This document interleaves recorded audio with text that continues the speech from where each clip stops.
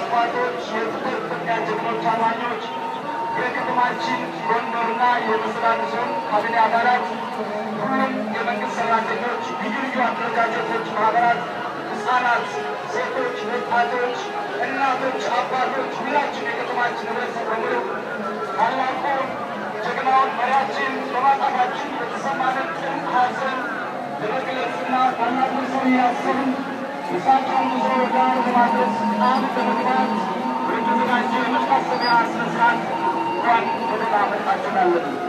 ኢትዮጵያ አምላክ ሀገራችን ይባርክ። ፕሮግራማችን በሚቀጥል መሰረት በዚህ ያለቀጥል እንደሚታወቀው የሀዘን ስነ ስርዓት ነው።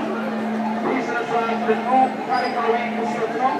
ስነ ስርዓቱን በትክክል መሄድ ስላለበት የተዘጋጀው የተለያዩ ሽለላዎች የሀዘን መግለጫ ንግግሮች ተዘጋጅተዋል።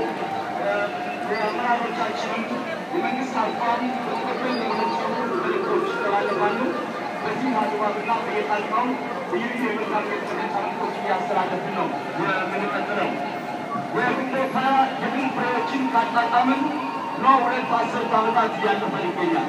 አንዱ የግንቦት ሃያ የድል ፍሬያችን መገለጫ የሆነው የአሸናፊ አውቶቡስ ማህበር ሰራተኞችን አማሪነት በታላቁ መሪያችን የተሰማን ጥልቅ ሐዘን እንገልጻለን ሲሉ መልእክት ይደርሰናል።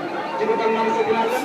በእውነቱ እንሰባሰብ ብለው መልእክት ተላልፈው ብቻም አይደለም የታላቁ መሪያችን ክቡር ጠቅላይ ሚኒስትር መለስ ዜናዊ ዜና እረፍት ሲሰማ በታች የነበረ ሰው ሁሉ እያለቀሰ በየቤቱ እያነባ ሰው በተለይ አስከሬናቸው በቦሌ ኢንተርናሽናል ኤርፖርት አቀባበል ሲደረግለት ሁሉ ሰው በየቤቱ ቴሌቪዥን